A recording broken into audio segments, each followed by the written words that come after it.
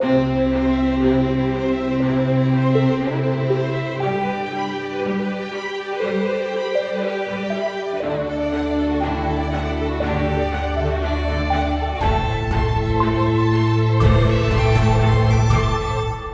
does a lot more reading than I do, and I'm very lucky to be with her because she always reads something that's important and tells me, this is important, you gotta read this is important, you gotta read that. My mother married my father in 1937, I was born in 38. That was good because we're Jewish, and being in Europe in those years, it was very bad, very deadly. So I'm very lucky that they left. They actually left because they were hungry. They didn't have much food, and there was a possibility to restart in Venezuela. I didn't speak the language that people around me were speaking until I was like in first or second grade. So in Venezuela, my parents spoke to me in German, and I spoke back in German, and nobody else speaks German in Venezuela. They all speak Spanish. Then I went to, we lived then in the Bronx, and people did not like to hear German spoken because they were at war with Germany, so my parents switched to Spanish. That was at a time when no one in the Bronx spoke Spanish. Things are completely changed now. They all speak Spanish, but very, very quickly I forgot my German. Completely. I remember my mother, surprised, pointing to the window. How do you say window in German? Fenster. I didn't even remember when she said the word. I was surprised that between the time I completely forgot German and knew only a little bit of Spanish, that I was able to think. How is it possible to think when you don't have any language? I was quite surprised by that. In school, I didn't know English. My second grade teacher told my mother that I might be able to get to high school, but don't expect that I can get to college. And she said, no, it's just that he doesn't speak English. And so the teacher said, well, speak to him in English. My mother said, but I don't speak English. So the teacher said, what do you think you're talking to me? It was kind of fun. And but all I knew is that the teacher thought I would not be able to proceed, and I did think I was kind of stupid. I mean, after all, when you can't talk to anybody, and you can feel kind of stupid, and I did feel stupid. And but I wanted to be smart. I really wanted to be smart, and so I asked my father, "What can I do?" I asked him, "What can I do to remember?" I just could not keep things in my head. And after I bothered him enough, he said, you know, if you understood what's in your head, you could be smart. This was second grade, and I thought, what a wonderful idea. All I have to do is understand what's in my head. I looked for anything I could find that might have to do with what's in my head. And there wasn't actually that much known about the brain, but I knew some, and I was also interested in how we got this brain.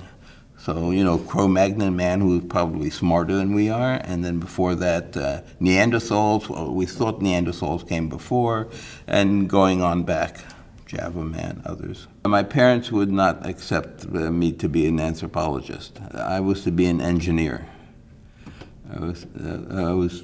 And I'm actually glad that they suggested that I should be an engineer. So I did go to a military school in the last 3 years of high school. It's hard to understand why my parents would send me to a military school. Hard for me to understand. Maybe it's because as a kid I got bullied and I didn't ever fight back, and they thought maybe I'd learn to fight in the military school. But it doesn't matter. I managed to get along in the military school, but you know, I didn't learn to think there either. And that bothered me a lot. I came home, perhaps it was a Christmas vacation. I came home to Venezuela, and I was there. I was maybe 15 years old, and Lenore and her mother knocked on the front door. So this was in Venezuela. My mother somehow had made friends with Lenore's mother and invited her to come over. I didn't know this, but I remember the door opening, and burned into my brain, I see Lenore's mother on the left. I see Lenore, 10 years old, on the right, short, beautiful. And I think to myself, this is the prettiest girl I've ever seen. God, it brings tears to my eyes even now. So, yeah, that's how I met Lenore. Lenore did not notice me. It was all one way, but that's okay. I got what I wanted eventually. So I do remember actually opening the door and seeing Manuel there with his military uniform from school, which was very striking to me. And I think we actually had some contact because both of us were playing the piano and the violin. Somehow we both had been playing that. And I even remember us doing something together there, but I can't quite remember. So there was a kind of connection. It wasn't just one way with Manuel. Yeah, there was a connection. I would see his mom from time to time, and she would tell me some of the things he was doing, and I was actually really loving mathematics. I was the best in the class. I was trying to find books to read so I could learn more than everybody else. And so he became, in a way, my beacon. So what I saw him doing was exactly what I wanted to do, and it sort of fit into what. So even though my life was very different in school and elementary and middle school and high school, junior high school and high school, he was always the person that I would always think about as the person I wanted to be like and to be with. Even though my teacher thought I wouldn't manage to get to college, I was accepted to MIT. I'm very, very happy for that because I was still pretty stupid, actually. And I wanted to be smart still, and I hoped that maybe there I would learn. I went to MIT and I studied electrical engineering, and I loved it. And I remember the great difficulty I had. I spent almost all my time studying physics, and my first grade at MIT was a D+ in physics. D+, you know, it's A, B, C, D, D+, not so very good. And that really bothered me, as it had bothered me when I asked my father what to do. But fortunately, I had a friend who came in one evening while I was studying, and he saw that what I was doing was memorizing the physics. You know, these physics, they have equations, they derive something important, and they put it in a box. So I knew that I should memorize all the boxes. And he said, you don't memorize. You don't memorize. When you need something, an equation, you derive it from F equals MA. You don't memorize, you derive it from F equals MA. Wow, I didn't know that. Nobody had told me that, and it was such wonderful advice. Wonderful. I started to do that. My D+ became B, and then eventually A. It was great. So I had already, from that, I learned something. You know, as Manuel sort of said, but actually I think I figured that out for myself, that it's only if you knew the basics, you can derive things. You didn't have to memorize. So even though my mother was a biology teacher, I hated biology because I couldn't understand it. I couldn't memorize all the things. It seemed to be, you had to know all these different plant things and all the things in the brain, and it just seemed so complicated to me, whereas math was much simpler. So I love math because it seemed simple. I love love the proofs that seemed so beautiful. I love the fact it wasn't somebody's just thoughts, ideas and their opinions. Lenore loved mathematics because, there's an answer. It doesn't depend on the teacher what the correct answer is. And I loved mathematics for very much the same reason. So I decided I wanted to major in math in going to college. I wanted to go to the best place, which for me, because Manuel was there, was MIT.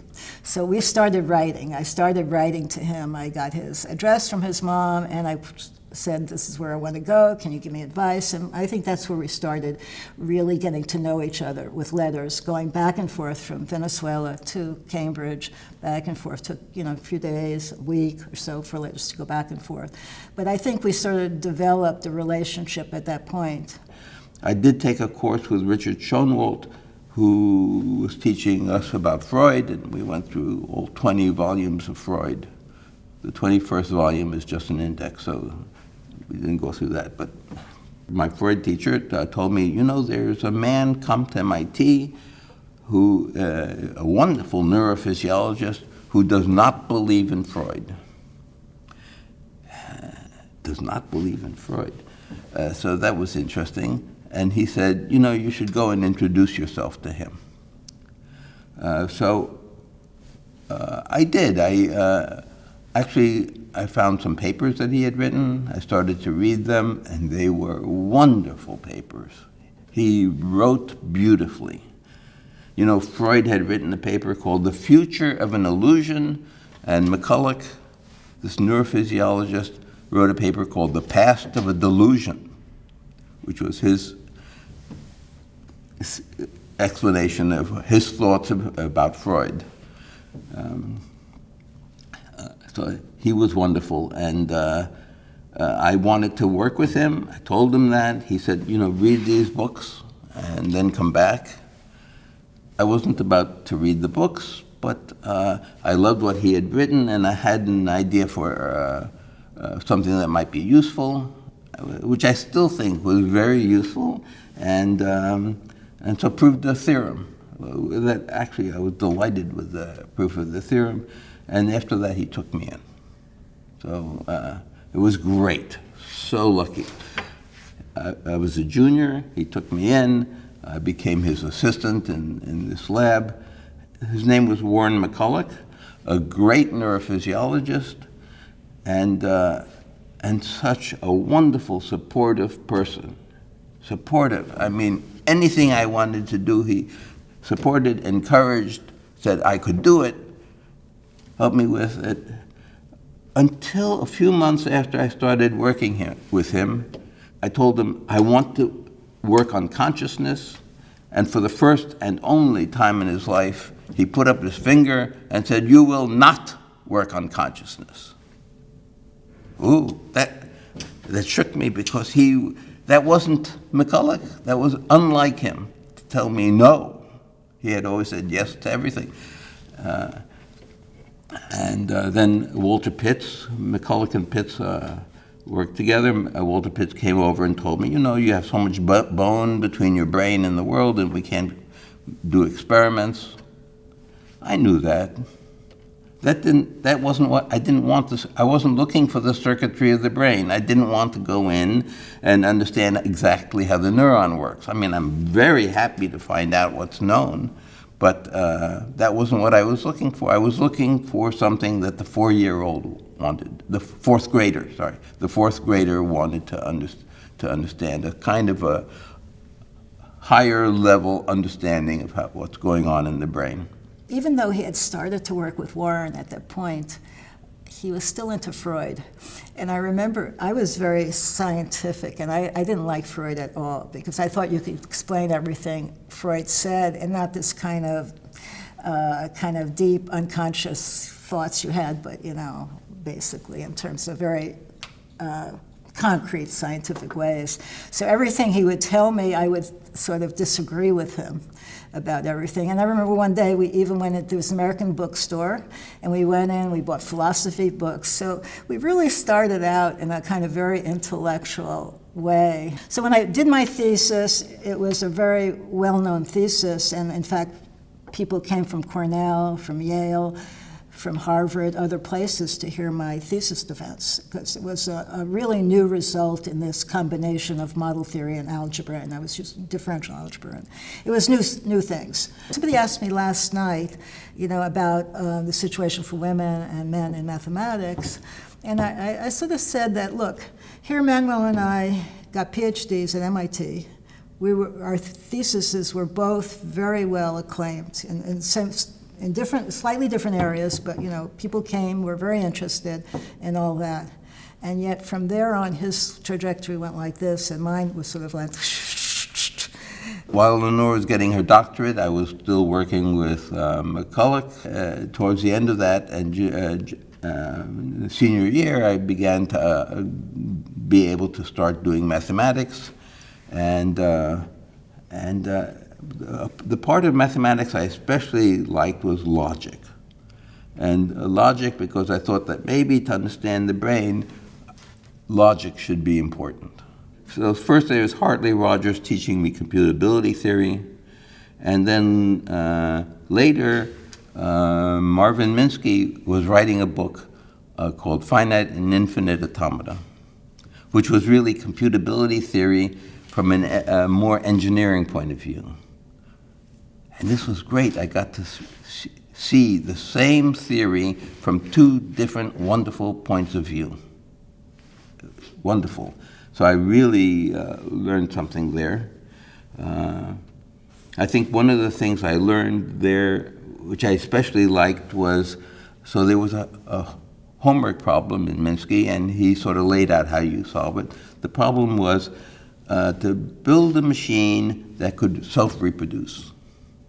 How do you, the way it was written is how build a Turing machine that can write its own instructions on the tape. It's a very clear problem, and I would probably not have been able to answer it, but he also outlined how to do it, short out 2 sentences, and that was amazing for me. I loved that fact that a machine, a computer, can write down its own instructions on the tape, and then go to get the whatever he needs to build that machine. And so I thought that was a wonderful theorem, and I thought that that's the way to go to get deeper insight into the brain. I was wrong. I was wrong. I did a very wonderful thesis in which I introduced complexity theory and proved some important problems there. It was nice. It was the wrong direction. This complexity theory that people found beautiful, I was happy that they did because it helped me to get a job at Berkeley. Wow, that was nice. But I knew that it was not able, it was not the right tool to actually solve specific concrete problems. The great findings in computational complexity, the axioms were beautiful, but they're too general. You can't use it to actually analyze a particular problem. The number theory lets you analyze particular problems, and that's the important thing. So it's really mathematics rather than logic that turned out to be the important thing here. While I was teaching, I could not teach something I didn't know. So I was teaching one thing, but telling the students not to do that. Many of my students have done very well. Oh, they're such bright students. I think the only explanation really is that my model for teaching comes from Hartley Rogers, who taught this recursion theory, and especially, more than anything, from Warren S. McCulloch. He was my mentor. He was the one that was supportive of everything I wanted to do, except, of course, consciousness. And I realized from that that's what the students need. I don't have to give them ideas, let them go with their own ideas, but support them. The students know better than I do what they're interested in, what they want to do, what they want to know. Let them do it. And Manuel really cares about his students. He very much cares about what they're doing, and he's very proud of them. So students can't help but sense that. I think he enjoys listening to his students. It's interesting because I find this too when I work with him. He doesn't always catch on right away to what you're saying. I might say something he may not understand because when I say something, I implicitly have other ideas that are attached to what I'm saying, so there's more to it. But he takes everything very literally. And so he'll ask, I don't understand, explain it again. Then you have to go through it. And I think he does that with his students. He has them, when they have an idea to develop something, he asks them to keep on explaining it. So the students look at him as like, wow, this professor isn't that smart. He's always saying he doesn't understand. But I think what Manuel is doing is not letting anybody get away with it. He's not letting anybody get away with saying something and, hand-waving. And, he's really having them develop their ideas and say them very clearly, explicitly. And there shouldn't be anything implicit in what they're saying. They should be very explicit and be very careful. So I think that starts up a really nice dialogue, because then the student becomes really the professor, the teacher, because the student's explaining. And I think a lot of his students have gotten that confidence very early. I enjoyed Berkeley, and it was great. And I guess I taught there for about 30 years. And then I got an offer to be a professor at Carnegie Mellon. Ooh, that's wonderful. That's exactly actually what I wanted. So my son was there. Actually, several of my graduate students were there too, because I really thought CMU is the top of the world. It's the best place to be. And so I encouraged them to go. And finally, they did make me an offer, so I took it, and they took me and Lenore, and my son Avram was there, and it was great. We were given offices. My son had an office there, and Lenore was on one side, and I was on the other side, and he put a sign up on his door, Mom, Dad. So that was kind of cute, and it was a very wonderful place for us to be. And the great thing about Carnegie Mellon is that by the time I got there, I already knew some number theory. I could teach something, and I could actually learn stuff there that was very important to me. I came up with the name CAPTCHA, Completely Automatic Public Turing Test to Tell Computers Humans Apart. It's CAPTTTCHA. Luis Fonan and I were trying to build a CAPTCHA. We wanted to create a problem that humans can solve, but computers cannot. And we tried problem after problem after problem. We tried IQ tests. The computers solved them better than the humans. It's amazing. Everything we tried, the computers did better than humans. Until I went to, and I was really working on it, and I went to Berkeley to give a talk or something like that, and I met Dick Fateman there, and I told him about this problem that I'm trying to come up with. I'm trying to find something that a human can do, that a test. It's a really strange kind of test, actually. What I told him is, I want a test that a computer can generate. The computer can create the test and can grade the test, but can't solve it. Isn't that interesting? The computer should be able to create the test, should be able to grade it, be able to see if it was solved correctly, but would not itself be able to solve it. This was wonderfully magical, and it's exactly the kind of stuff I like. And he said, I have just the thing for you. I'm teaching a course on optical character recognition, OCR, with someone from Xerox who's been the head of Xerox doing this for 15 years, and he was absolutely sure that a computer would never be able to do this, and it's something that clearly kids can do.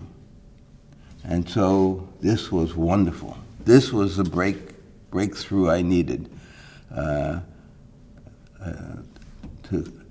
To have a computer, what the computer does is it picks some letters out of the alphabet at random, it prints them on a rubber sheet, and then it stretches the sheet until it's at a point where it can't read it anymore.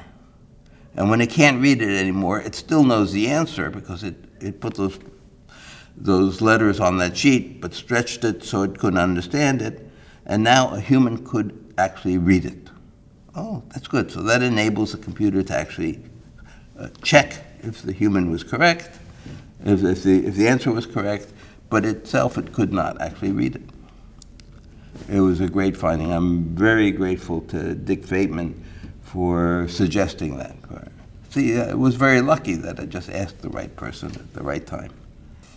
So around 2010, I think, there were started to be programs on television on neuroscience. I think there were programs, the U.S. was starting to fund programs on the brain.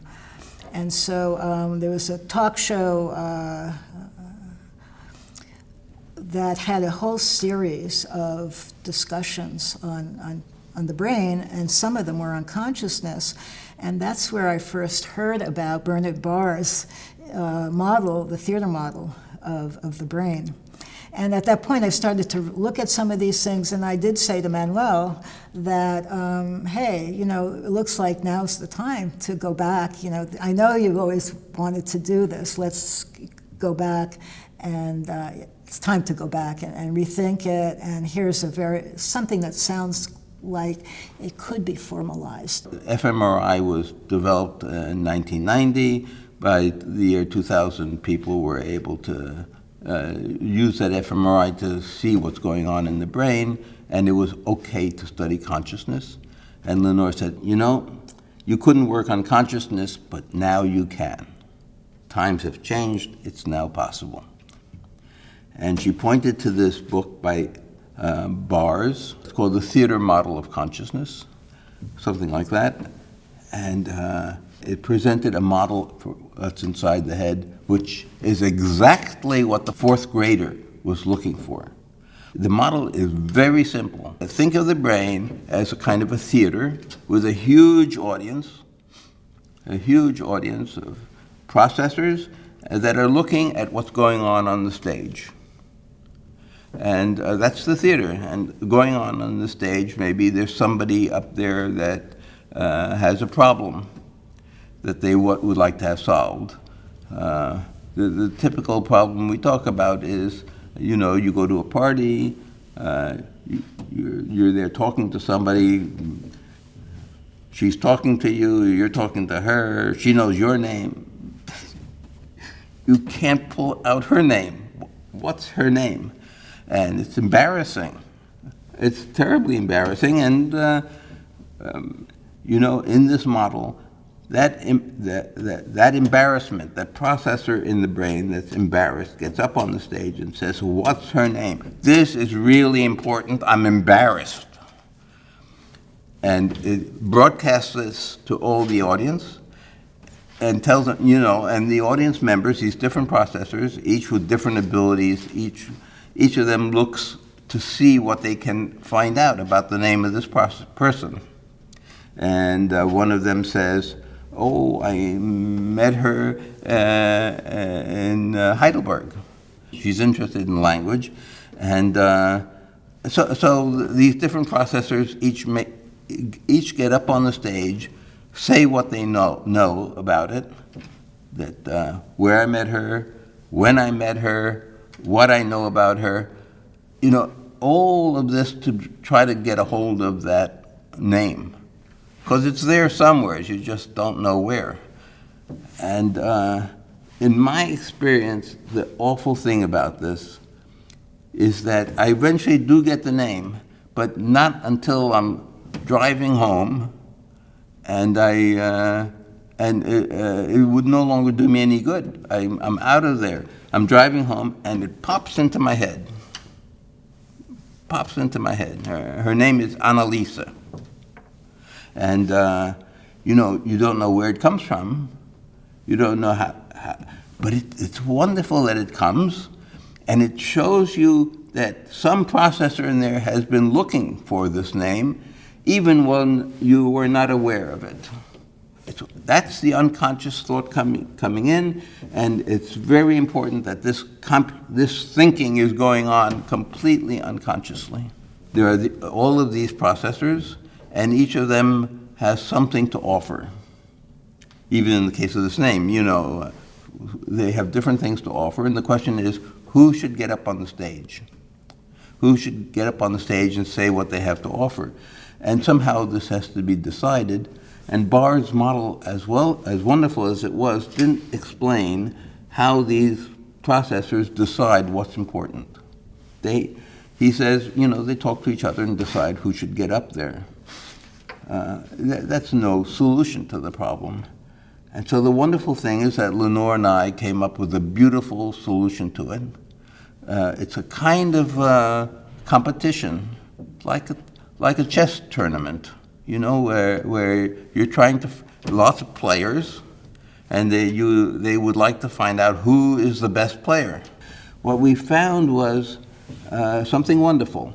The players can give the information they want to send up to the stage a weight. This could be a positive weight, it's a good thing. It could be a negative weight, it's a bad thing. They give it a weight, and what we found is that in this tournament, it's possible to run this tournament in such a way that a player will win with probability proportional to its weight. So if you have a big weight, you have a high probability, but even if you have a small weight, you have still a probability of getting up to the stage. Anytime any processor wants to talk to another processor, it has to get up on the stage and broadcast. Gets up on the stage, what's her name? And then one that hasn't the answer gets up on the stage and maybe gives the name. And so this interaction between the two turns into a link, a two-way link between those two processors, the one that asked the question and the one that answered. You could link some of them, but not all of them. So to make things simple, we took all these processors, we started with no links at all. And they build links as needed. And what's wonderful about this is that the model seems to have worked. So what Manuel told you was one part of our model. There are two parts. And so there's a very well-known philosopher, David Chalmers, who talked about, in the 90s also, the hard problem. And he breaks up consciousness into two problems. One that he calls the easy problem, and that's the part that he says is computational, that you can imagine. And the hard problem has to do with your subjective experiences, your feelings. And so their consciousness has these two components. One is much more computational, another one has to do with your feelings, your experiences. Usually that's called phenomenological consciousness, and the other one's called access consciousness. They have different names. And so what Manuel was telling you about was mostly this access consciousness, which is paying attention, that you're paying attention to. So when the audience gets this question, like what's her name, you're paying attention. The rest of the processes are paying attention to that question and they're responding to that. Okay, but another part of our model, which wasn't discussed, was very important, and our model has a model of what's called the model of the world processor, and it builds models of the world, models of the external world of this conscious Turing machine and its external world. Like you build models of yourself in the world and of the world itself. So for example, when you're looking at me, you're not seeing me really, because you're getting these photons coming into your eyes, they're being processed, all the things, and they're going into some model that you have of the world of me. So what we're saying in here, or in our CTM, are processors that are developing these models of the world. And as they develop these models of the world, we are getting in those models emotional or feelings. So for example, in our CTM, each of these 10 million processes we have their own own language, but how do they communicate with each other? In our machine, we have a language, it's a multimodal language, which is called Brainish, okay? And Brainish is very important for us. So what Brainish does is, for example, if you see a red rose, in English or German, you just have a word for rose, but in Brainish, you would have a fused word, which would be its sweet smell, what you're getting from the senses, it's the smell. It's the bright red color. It's the soft touch of the petal. And those are, when in your brain, when you think of rose, all of those things are fused together. So when you think of a rose, you can feel that thing again. I mean, can't you feel the smell of the rose when you're thinking of it? Because it's really encoded in your brain in this sort of multimodal language. And so this kind of model of the world that's being built and being evolved really has a lot to do with the subjective sense of consciousness, your feelings about things. So that's the other part. So when we define the subjective part, we say it's the broadcast of items from the model of the world. When they get broadcast, when you pay attention to things from the model of the world, you're paying attention to these emotions, and it's being generated again, ways that you were feeling them before, and you have new feelings attached to them as well. So anyway, these two parts are very important. What we're doing that's different from what Bars and the others are doing. You see, the other models of what's going on are not mathematically formal. They are not precise.